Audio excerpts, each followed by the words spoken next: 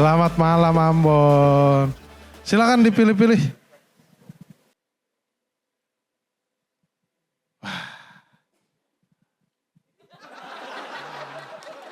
Jadi kata-kata yang harus dibawakan oleh Rizky Ambon adalah mimpi untuk bisa mendapatkan poin lebih pada penampilannya malam hari ini. Beri tepuk tangan yang meriah untuk Rizky Ambon. Selamat malam semuanya. Assalamualaikum warahmatullahi wabarakatuh. Gak usah ngindar. Gak apa-apa, kekecup dikit.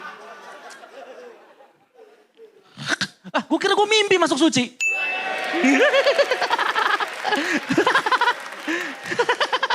Masuk beneran. Alhamdulillah. Nama gue Rizky Ambon. Bapak gue orang Jawa, Ngawi. Ibu gue orang Sunda, Sukabumi. Ambonnya mana? Ada tetangga. Ibu gue tuh orang yang pelit. Gak tau lah, pelit irit beda tipis lah. Kayak puasa kemarin. Ketika ibu-ibu lain beli kue lebaran, ibu gue lebih baik bikin ketimbang beli. Gak apa-apa, cuman kan ketumpuan gue jadi harus ikut bantuin. Kayak gue lagi main game sore-sore, ibu gue ya, Rizky sini, apa mah? Mama mau pergi ke tetangga, ada adonan 3 kilo tolong belut-belutin tuh nastar. Siap. Pergi nyokap gue, baik lagi, udah jadi, udah mah. Ke belakang dia, teriak, apaan adonan 3 kilo jadi 3? Gue bikin gede-gede banget. Gue bikin gede-gede banget. Ya biar cepet lah, gue mau main game. Jangan judging dong, gue mau buru-buru. Isinya nanas utuh emang. Jadi ini nastar ada ijo-ijonya di sini. Biar orang kalau lihat, oh isinya nanas, iya percaya gitu. Biar cepet aja. Gue punya uang untuk beli motor. Gue bilang ke ibu gue, mah beli motor ya.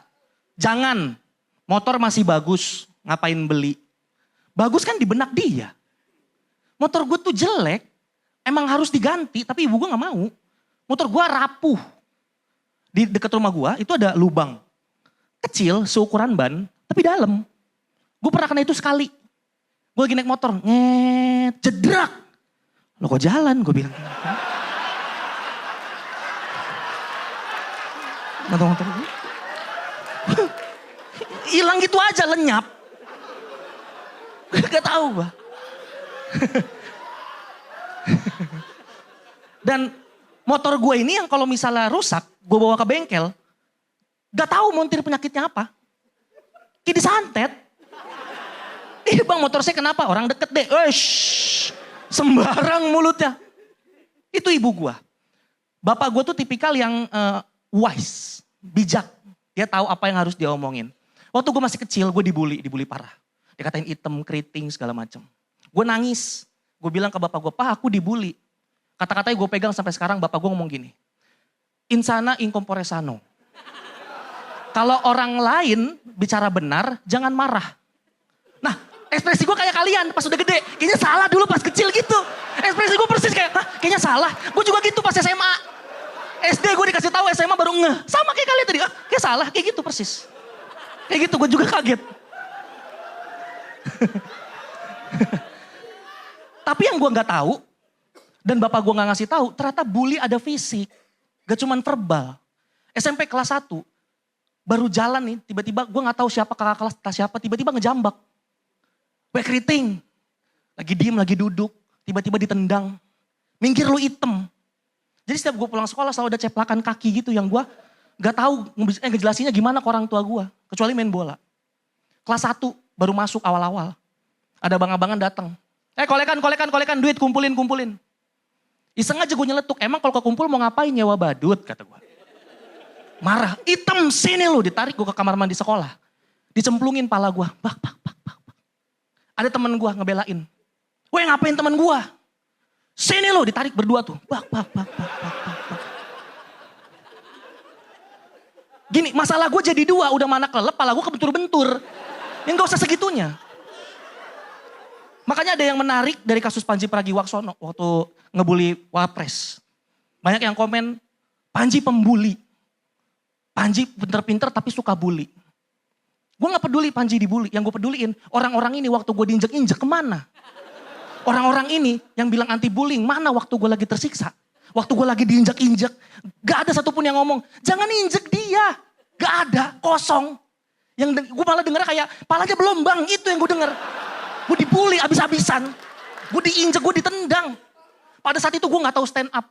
Gue gak tahu kalau itu bisa dilucuin. Gue gak tahu harus apa, gue mau cerita ke temen gue gak bisa. Takut dikira lemah dan makin dibully. Satu-satunya gue nulis puisi yang judulnya Surat Kecil Untuk Tuhan. Gini isinya. Surat kecil untuk Tuhan. Ya Allah. Gue udah siap, lu kasih banyak. Berikutnya akan tampil yaitu komika pertama yang mendapatkan kompor gas dari Pade Indro di minggu lalu. Dia di season ini dia yang pertama. Ya. Langsung aja kita sambut. Ini dia Rizky Ambon.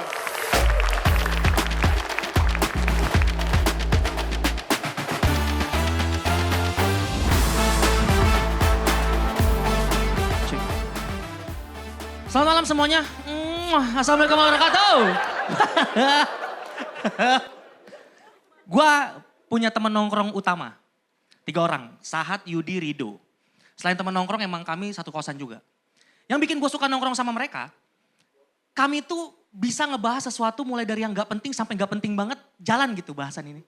Gue lagi nongkrong jam 3 subuh, gue nanya ke mereka, lo kalau punya duit 100 miliar mau dipakai buat apa? Terus gue nanya ke satu-satu, Dok, lo kalau punya 100 miliar mau dipakai buat apa? Respon Rido gini, 100 miliar kayak seolah-olah udah punya duitnya. Udah ada di ATM. Karena dia gak tahu kali ya bentuk 100 miliar sebanyak apa. Dia jawab gini, sepeda gunung asik. Kata dia, apaan sih? Terus ada Sahat. Sahat nih pas gue tanya kayak gitu, dia agak kritis. Hat, lo kalau punya 100 miliar mau dipakai buat apa? Dari mana gue punya 100 miliar? Punya aja tiba-tiba. Gak bisa, gak mungkin. Kerja deh, kerja. Dari umur 17. Berarti gue sukses dari kecil. Gini deh, gue punya 100 miliar, gue kasih ke lu. Terus Saat ngomong gini, serius? Terus dia bilang, thank you ya. Enggak kasih. Gue gak punya. Gue gak punya duitnya. Nah, selagi gue ngobrol sama si Sahat sama si Rido, Yudi kayak gini. 100 miliar kalau gue pakai ini gimana ya? Masalah 100 miliar gue beliin ini. Gue tanya, Yud, lu kalau punya 100 miliar lu pakai buat apa? Kalau gue pakai buat ini. Sisa 40 juta, Bun. Lah, kok dia udah beli-beli? Kok dia udah beli di kepalanya, gue bilang. Kok dia beli? Terus gue tanya, abis buat apa? Messi. Buat apa saya beli Messi? Buat apa dia beli Messi? Kecewa gue dengernya. Yang bikin gue males sama mereka tuh, nongkrongnya gue seru. Sekuasanya itu yang jadi masalah. Rido nih, orangnya tinggi, hitam, bau. Apakah gue nyium? Enggak, ngeliat aja cukup. Pokoknya lu pernah kali ngeliat orang kayak ngeliat, kayaknya dia bau deh, gak lu cium. Rido tuh kayak gitu, Rido. Dia selalu masang alarm jam 8 pagi. Dari jam 5, bunyinya per 5 menit, jam 8 pagi. By the way, dia nganggur. Masang alarm jam 8 pagi. Alarmnya bunyinya ganggu banget. Kalian nilai sendiri deh, gue sampai hafal bunyinya. Ganggu apa enggak? Bunyi alarmnya kayak gini.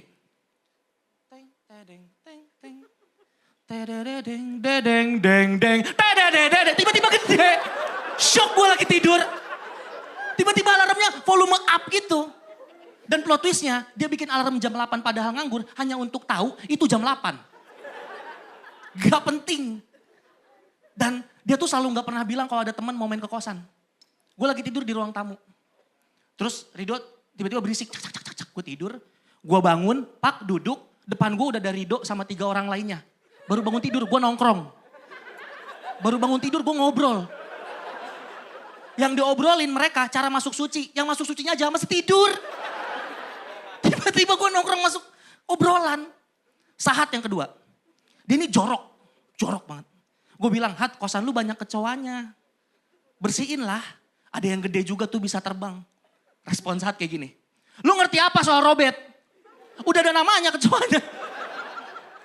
Udah dipelihara. Aneh. Yudi ini orangnya temperamen. Temperamen banget. Gue lagi naik motor sama dia. Motor itu motor tua. Motor tua dibalap sama Ere. Ere ini ngerokok hampir kena bara matanya. Dia ngomong gini. Woi, kejar dia. Pet. Udah deket dikatain. Gue bilang, Yud jangan yang bilang gitu. Yang gak kejar. Ya jangan marah, gak apa-apa kok. Jangan marah. Gak apa-apa, gak usah marah. Gue bilang, Ya gimana emosi gue mau luapin kemana? Ya jangan marah. Lu gak tahu perasaan yang kenapa bang gue salah apa gitu. Lu gak tahu sih perasaan yang dan dia tuh gak pernah pikir panjang. Yudi ini gak pernah pikir panjang. Gue lagi nongkrong di titik singgah. Coffee shopnya punya Zawin Nur Ikram. Dia kan orangnya iseng ya. Gue lagi nongkrong sama Yudi. Zawin datang. Fak. Yud, ngapa bang? 1 juta, cukur pala lu botak setengah. Yudi emosi kenceng. 3 juta. Zawin kan digituin. Zawin ngomong gini. Deal, tunggu sini. Yudi yang... Terus dia nengok gue. Gimana Bon? Siapa suruh lu dealin? Gue gak expect dia mau. Untuk gambarannya dia botaknya seperti apa setengah. Lu lihat pala Pak Dendro bareng-bareng. Lu lihat dulu. Lihat dulu palanya. Lihat dulu. Parah lu. Masa dia pas nengok gini. Gitu jangan ngakak. Pade gue itu. Kalau dia gak mau juri lagi gimana? Salah lu pokoknya dah. Gue Rizky Ambon, wassalamualaikum warahmatullahi wabarakatuh. Komika yang satu ini dia itu adalah seorang komika. Ya betul. Dia adalah komika asli Tangerang Selatan. Ini dia, kita sambut Rizky Ambon.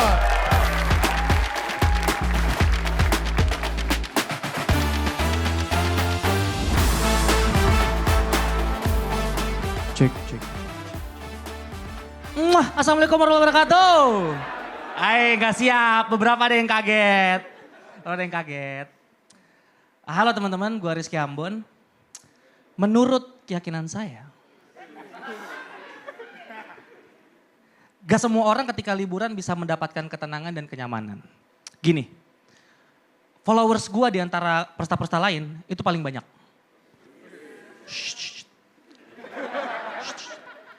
Kalau digabungin semua platform itu total kayaknya 300.000 kalau digabungin.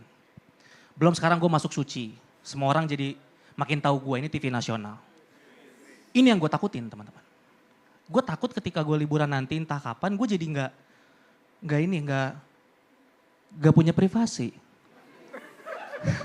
Kalian gak ngerti, kalian orang biasa.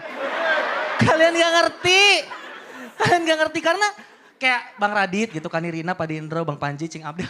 Artis-artis kayak kita nih kan agak susah ya kalau mau liburan, ya gak sih? Ya gak sih, privasi kita agak terganggu kan ya? Karena kan badan kita milik masyarakat teman-teman. Ih kalian mah gak ngerti, kalian orang biasa. Kalian mah gak ngerti. Tapi yang gue takutin ya beneran gitu, misalnya gue lagi mau pergi ke Eropa. Terus di bandara gitu gue lagi kayak buru-buru gitu. Terus ada, Bang Ambon minta foto. Ya udah tapi sambil jalan aja cepet ya. 1, 2, 3 thank you. Asik. Ada yang minta foto gue. Seru. Nah ini masalahnya, gue takutnya ke depannya ketika gue beneran jadi artis besar, gue gak bisa ngehandle fans. Iya gue takutnya ketika gue lagi liburan gitu sama keluarga besar gue, terus ada satu orang ya, Bang Ambon sorry ganggu waktunya, boleh gak minta foto sama ucapin selamat ulang tahun buat ponakan saya. Terus gue yang ekspresi gue kelihatan kalau gue gak suka. Kayak, gak tahu apa ini gue lagi kumpul keluarga, mana bau lagi. Emang iya bang gue bau? Gue kira dalam hati tadi, sorry ya kata gue. Gue pikir dalam hati kok ucap. Sorry, ini masih artis baru nih. Sorry kalau keucap. Karena mungkin kalian berpikir kayak emang kalau misalnya public figure liburan emang terganggu itu ya. Gue juga gak tahu sih kalau skupnya kecil mungkin gak terlalu. Tapi kalau yang udah gede kayak mereka-mereka ini mungkin terganggu. Kayak ada contohnya deh, Michael Jackson. Michael Jackson sampai nyewa mall cuma buat belanja. Karena kalau udah di tahap dia mah pakai masker udah gak cukup. Kita udah tahu dia Michael Jackson. Ya terlepas dia sering keceplosan yihi ya, tapi kita tahu itu Michael Jackson. Sekarang gini deh, kalian semua ada di mall, rame. Terus ada satu orang kesandung, aduh. Udah pasti Michael Jackson itu jatuh bangun lagi mah. Kita pasti ngeh. Tapi pasti ada momennya gitu Michael Jackson pertama kali belum nyewa. Jadi dia kayak lagi jalan gitu. Oke. Duh kunci gue di parkiran lagi. Di jokes barusan gue gak peduli itu lucu apa enggak. Yang penting kalian tahu gue bisa moonwalk. Itu doang tujuan jokes tadi cuma itu doang. Gue belajar dari SD gue gak tahu mau tampilin di mana. Akhirnya di sini bisa gue tampilin moonwalk, alhamdulillah. Yes. Tapi teman-teman, menurut gue kalau misalnya kalian mau liburan, beli tiket online. Buat apa? Karena yang kalian beli cuma bukan kecepatan tapi kenyamanan. Kalau kalian liburan langsung, ampun.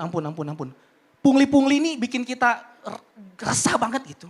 Terakhir gue juga ke Curug, gue punya tiket sampai 3. Dari awal gue datang kayak, bang parkir bang sekalian nama masuk 25. Kata gue yaudah nih gue bayar lah daripada ribet. Maju lagi, bang kebersihan bang 15. Maju lagi, bang ini bang 10.000 uang masuk. Sampai di yang keempat gue baru protes, bang gue beli tiket udah 3 loh. Kalau gue beli sama lu jadi 4. Abangnya marah kayak langsung ngegas. Selalu dia yang keempat ketahuannya, males gue. Selalu deh di gue. Terus ada orang yang kelima, ketahuan lagi ya. Gue Rizky Ambon, makasih banyak teman-teman. Tahu sekali, yaitu dari Tangerang Selatan. Ini dia Rizky Ambon.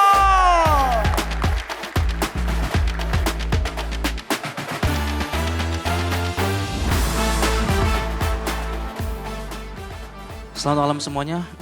Assalamualaikum warahmatullahi wabarakatuh.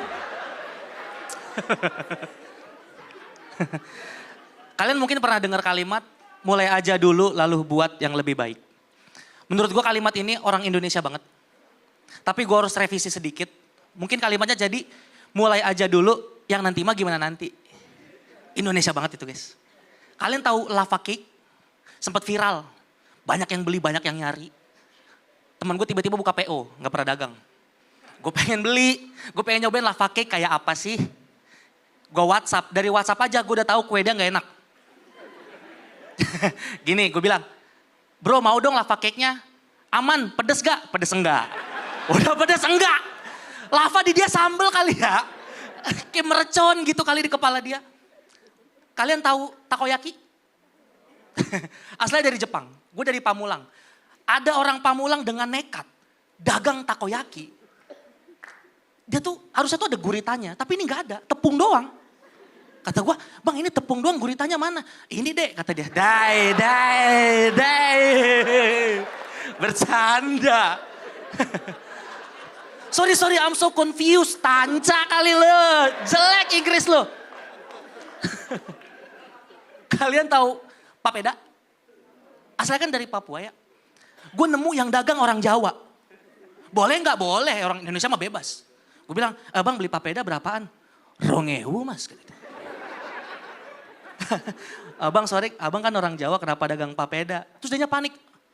2.000, gak usah diganti nadanya gak apa-apa. Gak usah diganti, lu tetap orang Jawa, boleh kok, boleh. Gak masalah. Tapi yang nanti gimana nanti ini Indonesia banget gitu. Mungkin kalian pernah ngerasain. Kayak baru-baru ini gue ngantri Pertamina. Pertamina nih gak pernah ngehargain ngantrinya gue gitu. Ini khusus pengguna motor ya. Kalau pengguna motor itu ada pertalit kiri, pertama kanan. Pertama sepi, gak ada yang ngantri. Pertalit panjang. Gue antrian ke-8. Di belakang gue masih banyak, ada 13-15 motor. Maju gue pelan-pelan, lama gue ngantri. Sisa tinggal 2 motor depan gue. Sisa 2 motor, terus tiba-tiba ada abang-abang SPBU, gue gak tahu dia keluar dari mana. Jadi tiba-tiba kayak ngeliat antrian terus, ya sebelah sini nih bisa nih pertalit nih. Sakit banget hati gue udah jauh banget ini ngantri. Sakit banget hati gue. Dan buat Pertamina tolong, biarin tolong karyawannya jangan megang duit begepok-gepok kalau lagi kerja. Ngasih kembaliannya pilih-pilih.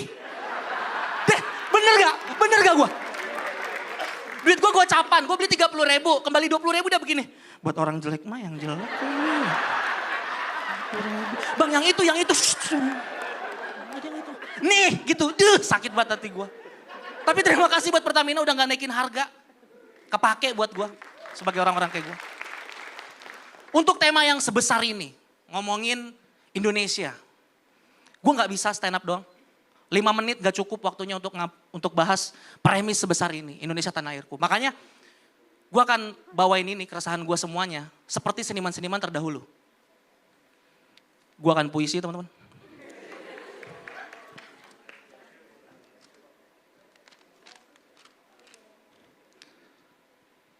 Judul, Surat Kecil untuk Tanah Air. Indonesia sudah jenuh dengan pelanggaran. Lampu merah diterobos. Undang-undang diakali. Chef Juna kalah urusan dapur.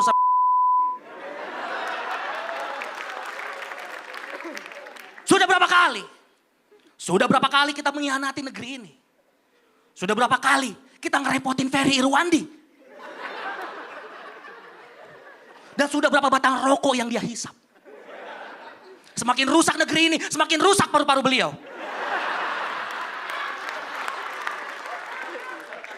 Berapa kali kita ngasih ide buat stand up spesial Panji? Berapa kali kita dapat janji manis pejabat sendiri yang bahkan mereka bisa berbohong di atas kitab suci. Sedangkan kami bisa dipenjara perihal berkomedi. Merah darahku, putih tulangku, hitam leherku.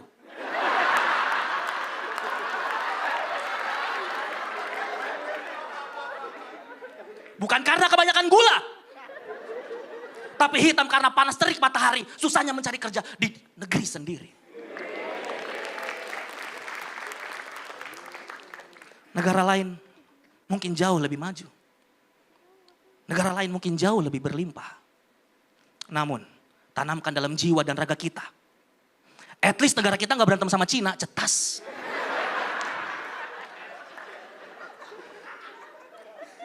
Kita tidak kekurangan orang pintar. Tapi kita kelebihan sapu-sapu. Gue Rizky Ambon, makasih banyak semuanya. Ternyata kalau peran kita cuma sebagai supporting dan figuran, pedih. Gak dihargain, gue gak bohong. Waktu itu posisinya gue mau take. Katanya, kata krunya, Bon udah mau take ya, tolong ke ruang makeup. Siap. Gue ke ruang makeup. Gue bilang, Kak aku mau touch up dong. Dia ngomong gini, udah gak usah touch up sih, kamu juga cuma gitu doang. Kata gue ya udahlah, peran gue kosan doang juga, anak kosan harus natural kali. Pergi pas mau take, tiba-tiba sutradaranya Pak Monty ngomong, lu belum touch up ya? Iya. Ini orang makeup mana ini? Rizky Ambon mau take kok belum di touch up? Orang makeup keluar ngomong gini, iya sorry tadi aku suruh touch up dia gak mau. Sakit hati gue. Sakit, lihat kalau gue sukses, lihat. Lihat kalau gue sukses. Gue punya PH jadi sutradara, melihat abis lo sama gue lo. Abis tuh orang sama gue tuh. Gue bikin film, gue hire dia.